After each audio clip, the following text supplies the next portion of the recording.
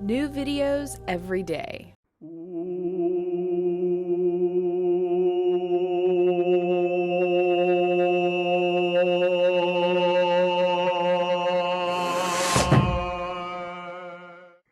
I like to know things. I'm John Breeding, psychologist in Austin, Texas. My website's wildestcults.com. I've been involved in challenging aspects of psychiatric oppression for a very long time.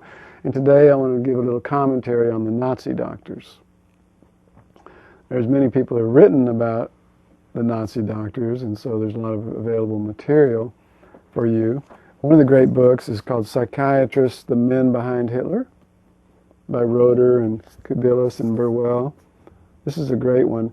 Psychiatrists, the men behind Hitler. You know, obviously it's indicating that psychiatry and the philosophy and practices of psychiatry underscored and undergirded the dynamics that went with the Nazis' final solution. I use this book a lot in writing my own version of that history in my book, The Necessity of Madness. So that's another resource that goes into this dynamic.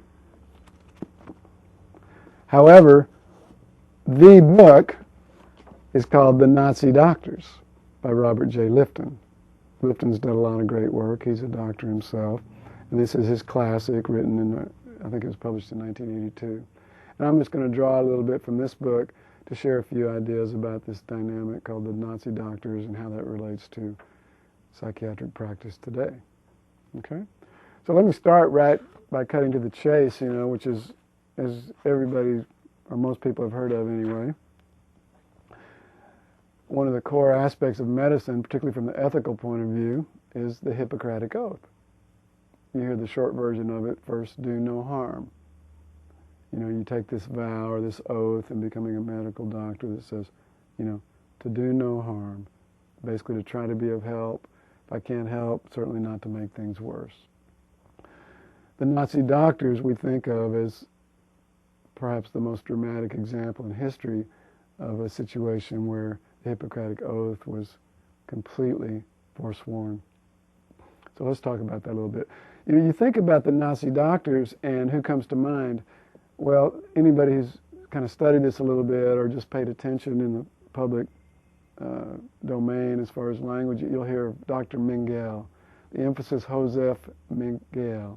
There's even been movies made that characterize him as this sort of Boris Karloff, creepy Nazi doctor, right? But Lifton interviews a lot of these doctors in detail, and he didn't get to interview Mengele because Mengele escaped to Brazil and other places and eventually died and was never taken into custody. However, Lifton heard a lot about him from the doctors who knew him. And the reality, according to Lifton, is that Mengele would have been just a mildly sadistic university researcher in the normal German context of medicine at the time. But instead, he's this guy in the concentration camps who embraces fully the Nazi ideology, embraces fully the so-called final solution, is really into it, really enforces that dynamic of sending people to the gas chamber, and also is notorious for these experiments that were done there, in which he would just be delighted and go out, and when these selections were going on, when people were being selected out to go right into the gas chamber or to go into the work area, he was always there. Whether it was his day to perform the selections or not, he was always there because he was watching for twins. So if he saw twins, he was excited and happy, and he pulled them out, and they went to a special place in Auschwitz, and they got special treatment, and they were really taken care of way better than the rest of the people in the concentration camp. Unless, of course, they were killed in the course of the experiments, or it got to the end of the experiment, and they were then killed in order to do the autopsies and things like that. So he wanted these twins, and so that became a notorious dynamic around the twins and experimenting on the twins and the children and all that, so he became famous. But the bigger issue and the bigger perspective of what is this whole thing about and how does it relate to today is what I want to talk about. The whole phenomenon, you know, which has to do with the beliefs and the structures that underlie the final solution, and specifically the participation of the medical profession in that final solution. You know, the beliefs and structures that the world has judged as the epitome of evil. Okay? So let's use this as a place to look at evil and what that's about in terms of beliefs and structure. Maybe you've heard the expression, beauty is in the eye of the beholder. Popular slang expression, beauty is in the eye of the beholder. So one person's beauty is not so beautiful to somebody else.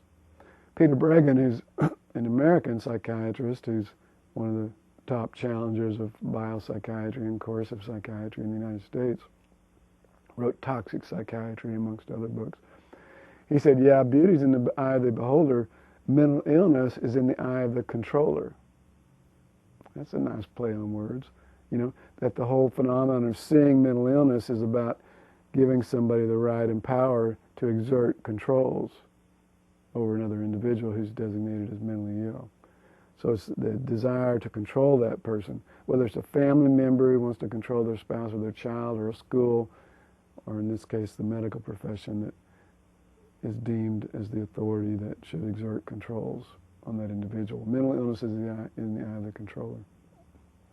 But I add a third thing here. Beauty is in the eye of the beholder.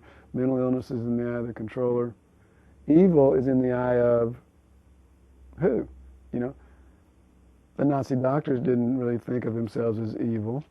You know, people waging unjust wars don't really consider themselves evil. People doing torture to get information from somebody for the purpose of perpetuating this war don't consider themselves evil. So what constitutes evil? The Nazi doctors didn't think of themselves as evil. You know? So I say evil is in the eye of the victim or the observer of the victimization.